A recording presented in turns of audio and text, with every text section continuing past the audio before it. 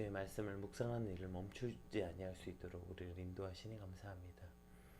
오늘 이제 고린도전서의 말씀을 통하여서 우리 삶에 실제적으로 맞닥뜨리고 있는 수많은 질문들과 또 신앙과 어떤 세상의 이치와의 대립 가운데서 우리가 한 사람의 그리스도인으로서 어떻게 살아야 하고 무엇을 기준으로 살아야 하는지 말씀을 통해 깨닫는 시간들이 되게 하여 주시옵소서.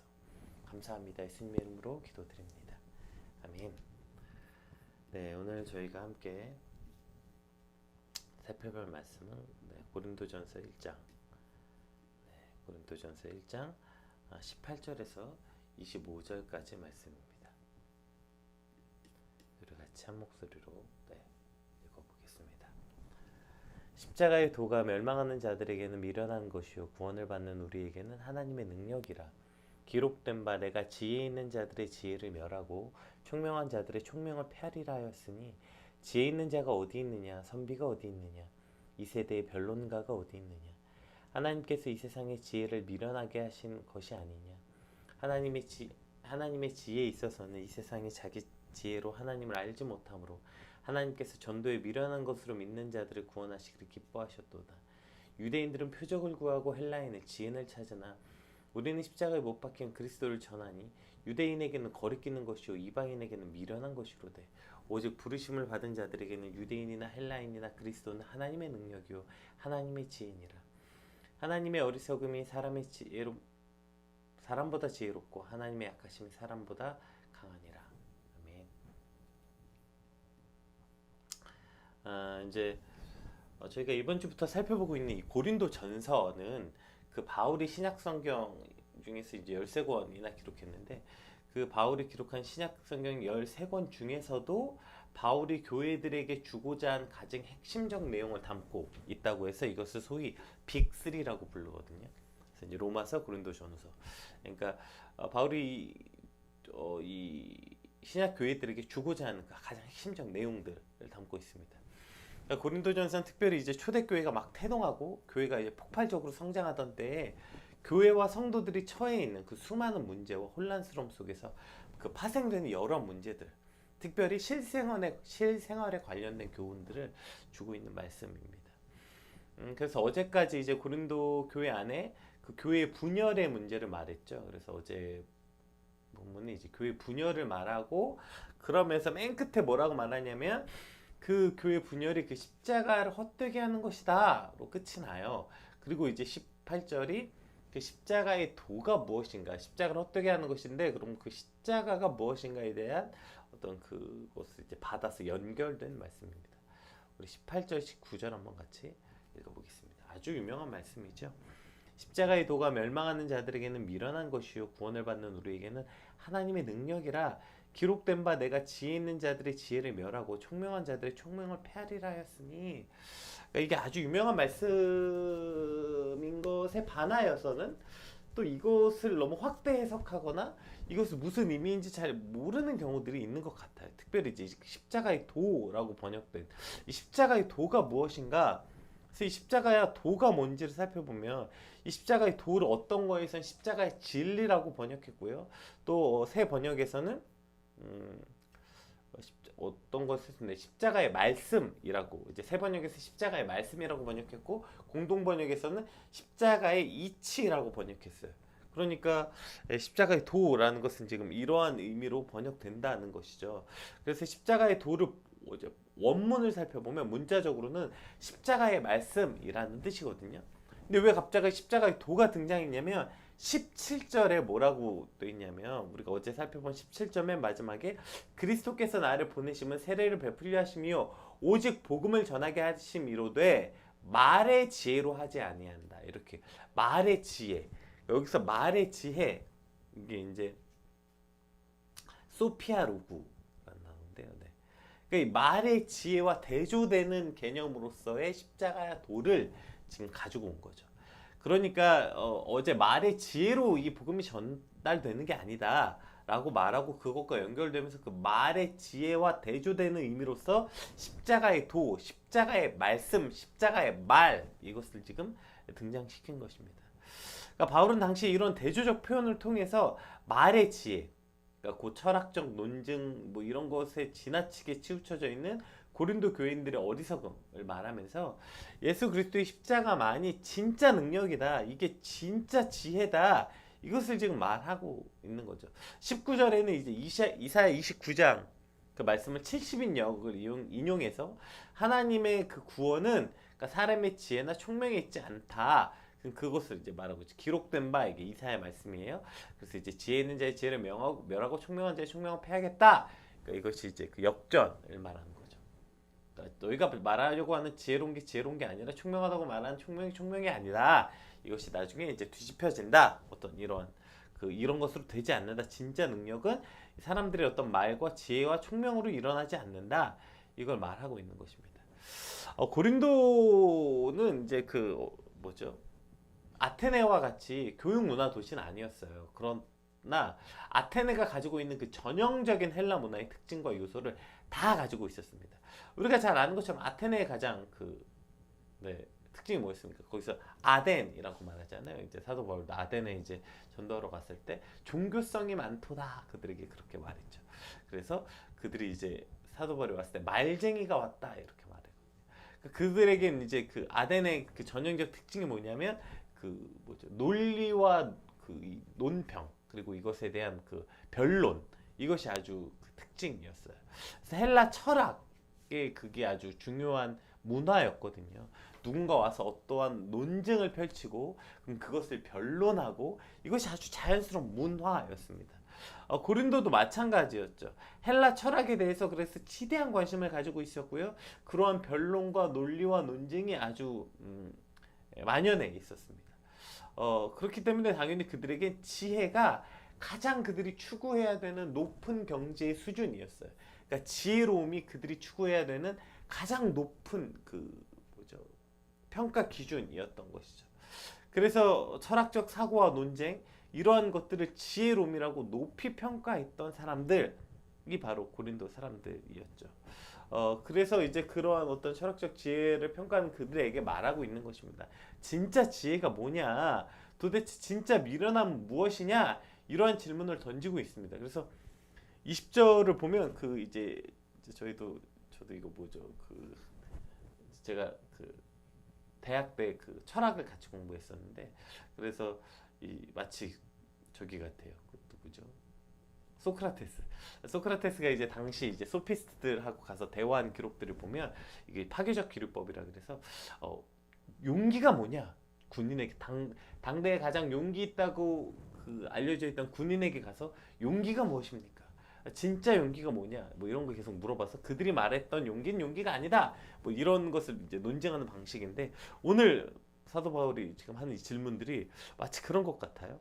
우리 20절에서 21절 한번 같이 읽어볼게요. 지혜 있는 자가 어디 있느냐? 선비가 어디 있느냐? 이 세대의 변론가가 어디 있느냐? 하나님께서 이 세상의 지혜를 미련하게 하신 것이 아니냐? 하나님의 지혜에 있어서는 이 세상이 자기의 지혜로 하나님을 알지 못하므로 하나님께서 전도에 미련한 것으로 믿는 자들을 구원하시기를 기뻐하셨도다. 네, 이렇게 이제 설명하고 있습니다. 지혜가 어디 있냐? 그러니까 지혜를 그렇게 부르짖지만 너희 안에 진짜 지혜 있는 사람이 어디 있냐? 그렇게 고상한 척은 다 하고 있지만 진짜 고상함, 진짜 선비가 어디 있냐? 그리고 그렇게 변증하고 변론을 높이 평가하지만 자기가 뭐라고 하는지 알고 떠드는 이가 과연 얼마나 있겠느냐? 그래서 하나님께서는 이 세상의 지혜를 미련하게 하신 것이다. 그러니까 즉 그리스도 없이 도대체 지혜를 어떻게 설명하냐? 지혜의 근본이신 하나님 없이 도대체 하나님의 말씀을 이해하지 못하는데 지혜로움을 어떻게 추구할 수 있느냐? 이것을 묻고 있는 거죠. 우리 마치 눈앞에 어떤 새로운 기기가 발견됐다 칩시다. 이것이 어떻게 작동하는 건지 어떤 데 사용하는 건지 알 길이 없어서 수많은 사람들이 모여서 도대체 이 기기는 어디서부터 왔고 이걸 어떻게 사용해야 되고 작동 원리는 뭐고 막 그거 다 뜯어보고 분해해보고 부품도 보고 막 머리 맞대서 연구하고 추측과 가능성들을 막 수없이 나열하고 있는 그때에 아주 간단하잖아요. 그 기계를 만든 사람이 등장한 거예요. 그 기기를 만든 사람이 등장해서 이것은 어떠한 목적으로 만들었고 어떠한 의도로 만들었고 각각의 부품의 작동 원리는 이러하고 그걸 그냥 설명하면 끝나는 거잖아요. 그런데 그것을 만드신 그것을 작동시킨 키 예수 그리스도, 그걸 만드신 이 하나님, 그것을 작동하는 그 예수 그리스도, 이것을 논외로 놓고 도대체 어떤 인간의 지혜와 방법으로 이것을 설명할 수 있겠느냐? 예, 지금 바울이 이렇게 말하고 있는 거죠. 그래서 하나님이 지혜에 있어서는 이 세상이 자기의 지혜로 하나님을 알지 못한다. 예, 인간의 지혜로는 절대로 하나님을 알 수 없다. 그래서 하나님께서 전도에 미련한 것으로, 그러니까 여기서 전도에 미련한 것을 우리가 이제 좀 착각하는데, 그 나가서 예수 믿으세요 전단지 주는 걸 전도라고 말하는 건 아니에요. 여기서 말하는 전도는 전도의 방법이 아니라 전도의 핵심, 그러니까 아까 말한 십자가의 도와 같은 말입니다. 전도, 예, 전도 무슨 뜻입니까? 도를 전한다, 그런 거죠. 그러니까 도가 뭐예요? 십자가의 길, 예, 그 도가 길도거든요. 그러니까 그 유일한 길, one way, 그러니까 즉 십자가의 도를 전하는 거, 이것이 전도라는 거예요. 그러니까 절대로 그 사람의 지혜로는 하나님을 알 수 없기 때문에 저 하나님의 전도, 십자가의 전도, 그 십자가의 도 말씀을 통해서 미련한 것으로 믿는 자들을 구원하시기를 기뻐하셨다, 이렇게 말하고 있는 것이죠. 그러니까 즉 하나님의 이 십자가의 도와 이거 없이는 인간의 지혜로는 이건 도저히 설명할 수도, 너희가 알 수도 믿을 수도 없다, 이것을 이제 설명하고 있는 것입니다. 그리고 이제 오늘 본문에서 아주 이제 그 중요한 그 이제 이러한 예를 구체적으로 이제 쭉 다 같은 얘기인데 그것을 이제 좀 더 구체적으로 풀어내는 게 이제 22절에서 24절, 구체적으로 그 방식에 관한 이야기인데요. 왜 그럼 너희는 그것을 구하지 못하느냐 볼게요. 유대인은 표적을 구하고 헬라인은 지혜를 찾으나 우리는 십자가에 못 박힌 그리스도를 전하니 유대인에게는 거리끼는 것이요 이방인에게는 미련한 것이로되 오직 부르심을 받은 자들에게는 유대인이나 헬라인이나 그리스도는 하나님의 능력이요 하나님의 지혜니라. 아멘. 네, 이것이 아주 중요한 사실 핵심, 오늘 본문을 관통하는 핵심 내용이죠. 정리된 거죠. 자, 그러니까 유대인들은 표적을 구한다. 그러니까 유대인들은 늘 표적을 구했잖아요. 우리가 잘 아는 것처럼 예수님 다니시는 곳곳마다 따라다니면서 뭐 표적이 어디 있습니까? 막 뭐죠? 기적을 보여달라. 뭐 수없이 계속 물어보잖아요. 그러니까 그들은 사실 그 표적을 구했지만 표적의 의미는 알지 못하는 거예요. 그래서 그들은 그 마치 자신이 이해하는 범주 안에서의 표적, 이것을 구하는 거죠. 어쨌든 그들이 계속 이렇게 표적을 구했다는 건 표적을 통한 하나님을 알고자 하는 게 아니라 표적 자체가 하나님을 자신들이 이해하는 범주 안에 오히려 묶어놓는, 이것을 칼빈이 그래서 이렇게 설명했습니다. 그들은 기적 자체에 빠져서 기적에 경탄했다. 그러나 그들은 어떤 기적에도 만족하지 않고 매일 끊임없이 새로운 기적을 찾아 헐떡거렸다. 이것이 유대인을 설명한 내용인 것이죠. 좀 더 이해가 쉽죠. 예, 그러니까 그들은 기적 자체에 빠져서 어떠한 기적에도 만족하지 못하고 매일매일 새로운 기적을 찾는 것, 이것이 유대인들이 빠져 있었던 거예요. 그러니까 그들은 실제적으로 그들이 경험하고 체험한 어떠한 그 눈으로 보고 어떤 증명 가능한, 지금 여기에 빠져 있었다는 거예요. 그래서 그 기적을 매일매일 새로운 기적을 보여달라, 증거를 보여달라 끊임없이 요구했던 거죠. 이것이 이제 유대인들이고요. 자, 그 다음에 헬라인은 지혜를 찾았다. 아까 위에 말했잖아요. 그래서 헬라인들에게는 그들이 갖고 있었던 어떤 논리적 변증이 가능한 것. 그래서 논리적으로 이것은 설명 가능하고 이것은 변증 가능한, 이것이 바로 그 헬라인들이 찾았던 지혜라는 것이죠. 우리는 십자가에 못 박힌 그리스도를 전한대요. 자, 이것이 아주 핵심이에요. 보세요. 자, 저들은 한쪽은 표적을 구하고 한쪽은 지혜를 찾았어요. 그런데 우리는 십자가에 못 박힌 그리스도를 전한, 이게 바로 전도고 이게 십자가의 도예요. 위에 계속 얘기했던. 자, 생각해 보세요. 그러면 십자가에 못 박힌 그리스도를 전하면 유대인에게는 그게 뭐겠냐고요. 유대인들에게 십자가에 못 박힌 예수님 자신들의 실패고 자신들의 허물이었다고요. 십자가에서 수치스럽게 죽어버린 한 유대인 청년이 메시아라는 사실이 유대인들에겐 거리끼는 것이었어요. 절대로 인정할 수 없는 것이었어요. 그랬으면 자신들이 잘못했던 걸 인정해야 됐거든요. 그러니까 유대인들에겐 그건 거리끼는 것이었고요. 이방인들에겐 그것만큼 미련한 게 없는 거예요. 아니 보세요, 여러분, 십자가가 뭡니까? 로마의 가장 그 최악의 형벌, 그 로마의 그 가장 그 잔인하고 어쨌든 가장 죄인들이 죽어야 되는, 그러니까 가장 처절하고 처참한 그 형벌이었다고요. 아니 근데 그 형벌에 처해서 죽은 이가 어떻게 평강의 왕이 되며 메시아가 될 수 있겠냐고요. 그러니까 십자가는 로마인들에게, 십자가는 고린도인들에게, 헬라인들에게 실패의 상징이었다고. 실패. 그건 그냥 실패했고 망해버린 가장 처참한 최후를 맞이한 일이었는데, 아니 그게 어떻게 승리라고 말하겠냐는 거예요. 그게 어떻게 승리가 되냐. 그러니 그것이 얼마나 미련한 것인데, 그런 거 어차피 그거 한물가고 실패한 그 이론 아니냐, 그걸 왜 갖고 왔냐, 지금 이렇게 말한다는 것이죠. 이것을 통해서 우린 참 놀라운 것을 발견하는 것 같아요. 지금 이 시대의 복음, 이 시대의 신앙과 복음에 대해서 똑같지 않나요? 우리가 나가서 지금 전도한다니까. 여기서 말하는 전도 교회 오세요 아니고 십자가의 도를 전한다고 말할 때 저들에겐 똑같은 것 같아요. 표적을 구하거나, 그 뭐 나한테 증명해봐, 뭐 어떻게 되는 건데, 그 내 삶에서 무슨 이득을 주는 건데. 그러니까 실제적으로 내가 경험하고 체험해서 증명 가능한, 즉 내 경험을 중시해서 야 그건 말이 안 돼 이렇게 판단하거나, 이들의, 그러니까 인간의 어떤 판단이라는 게 이때나 지금이나 전혀 다르지 않다는 거예요. 인간이 무언가를 판단하고 받아들이는 프로세스는 전혀 바뀌지 않은 거예요. 그것이 지혜로운 자나 미련한 자나 뭐 지식을 추구한 자나 추구하지 않는 자나, 한쪽은 저렇게 경험을 강조하고 표적을 구하고, 한쪽은 뭘 찾아요? 지혜를 찾는 거예요. 자신들이 만들어 놓은 어떤 논리와 논증, 그것으로 설명하라는 거예요. 그런데 그것이 설명이 불가능하죠.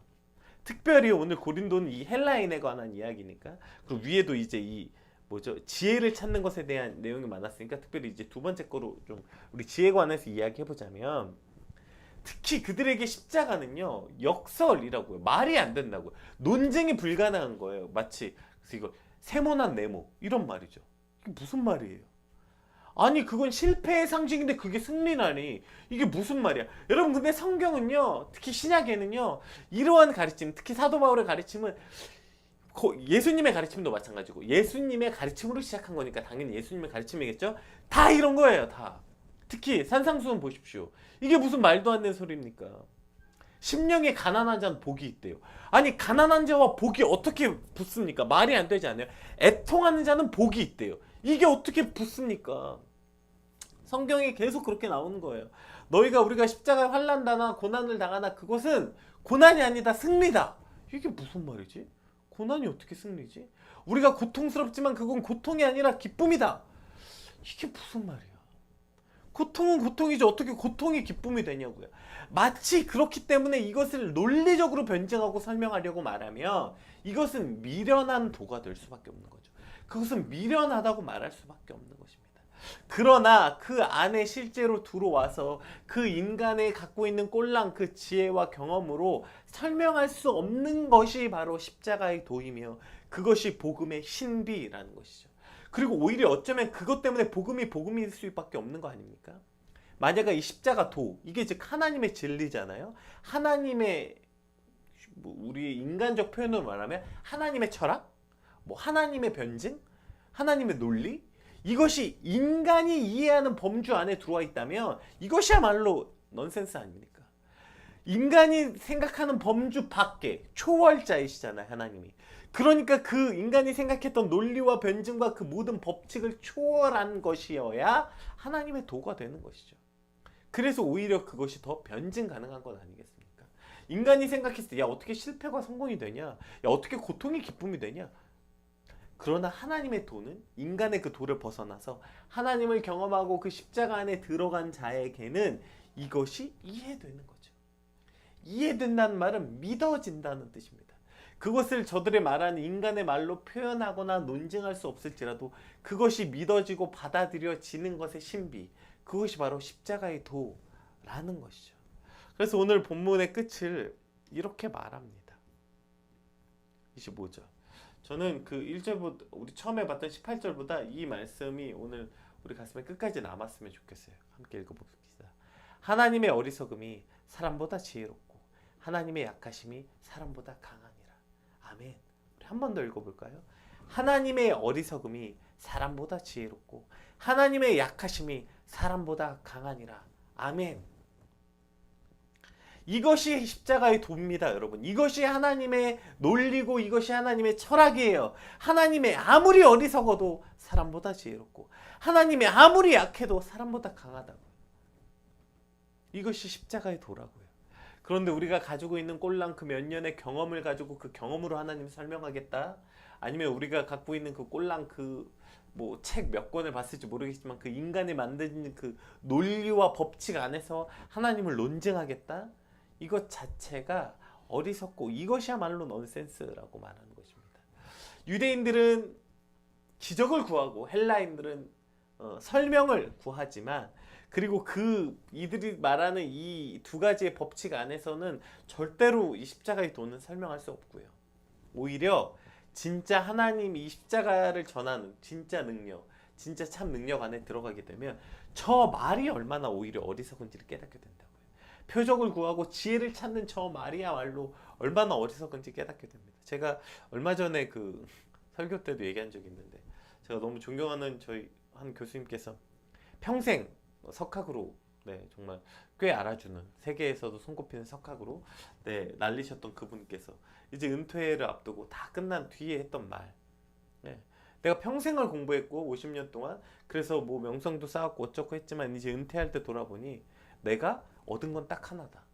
내가 무엇을 모르는지 알게 됐다. 이게 다다. 나는 아는 게 없다.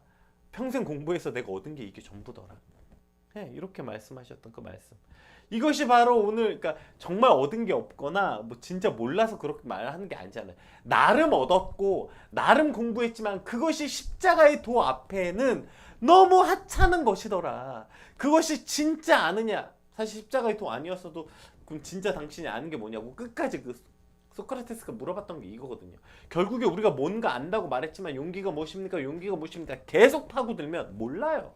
수많은 변증가들이 말합니다. 나와서 특히 요새 유튜브에 보면 특히 요새 젊은 사역자들이 굉장히 어떤 그 논리적 근거와 뭐 이런 거 갖고 와서 논증하려고 합니다.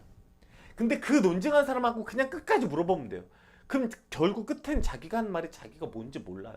이게 인간의 본질이에요. 아무리 지혜롭다 말한들 결국에 뭔가 안다고 아는 것들 주워 들은 것들을 짜집게서 말하는 것뿐이지 자기가 만든 논리가 어디 있습니까? 사실 그거 다 고대 철학에서부터 시작했고, 그 수많은 고대 철학에서부터 시작된 것이 이제 서양 철학 그리고 근대 철학으로 넘어오면서 어쨌든 그 모든 것을 총망라한 개념들을 자신들이 재정립하고 짜집게서 말하는 것뿐이지 자기 생각이 어디 있어요. 근데 그것을 끝까지 물어보면 그 끝에는 모른다예요. 모른다. 그 교수님의 대답이 이런 거라고요. 50년 평생 공부했지만 계속 끝을 물어서 당신 정말 압니까? 당신 정말 압니까? 모른다예요. 사실 저는 제가 하는 말이 뭔지 모릅니다. 그러면 우리가 할 수 있는 뭡니까? 내가 하는 말이 뭔지 모르니까 뭐예요? 하나님의 말씀을 알기를 소망하는 거. 그래서 하나님의 말씀을 그렇게 소망하고 갈망하고 성령을 힘입어 주님 오늘 우리에게 주신 이 말씀을 깨닫게 하여 주시옵소서. 우리가 말씀 아무리 파고든들 하나님이 계시하지 않으면 이 말씀을 어떻게 알겠습니까? 따라서 하나님의 말씀을 알고 그것을 아는 것으로부터, 즉 십자가의 도를 아는 것, 이것을 우리가 전한다고요. 이것이 오늘 우리가 하는 거라고요. 오직 부르심을 받은 자들에게는 유대인이나 헬라인이나 그리스도는 하나님의 능력이요 하나님의 지혜다. 즉 그리스도가 능력이고 그리스도가 지혜라는 것입니다. 따라서 하나님의 가장 어리석음이 사람보다 지혜롭고 하나님의 가장 약함이 사람보다 강한 것, 이건 매우 당연한 거 아닙니까? 근데 이 당연한 거 우리가 삶 속에서 과연 기억하고 사냐고요. 너무나도 쉽게 잊고 사는 것 아닙니까? 오늘 말씀 붙잡고 함께 기도합시다. 하나님, 십자가의 도, 그 전도, 이것을 품고 사는 삶이 되게 하여 주시옵소서. 자꾸 또 휩쓸려서 우리도 뭐 기적을 보여라, 증명해라, 떠드는 말 앞에 흔들리지 않게 하시고, 그 대단한 척하는 그 헬라 지혜 앞에서도 그래서 마치 십자가의 도가 미련한 것처럼 느껴지는 그 어리석음 속에서도 아니 진짜 미련함은 무엇이고 진짜 능력은 무엇인지 가슴 깊게 새기고 흔들리지 않는 삶을 살게 하여 주시옵소서. 하나님의 어리석음이 사람의 지혜로, 하나님의 어리석음이 사람보다 지혜롭고 하나님의 약하심이 사람보다 강한 이 말씀, 이것을 붙잡고 오늘 하루를 살게 하여 주시옵소서. 우리 같이 받은 말씀 놓고 함께 기도하겠습니다. 기도합시다.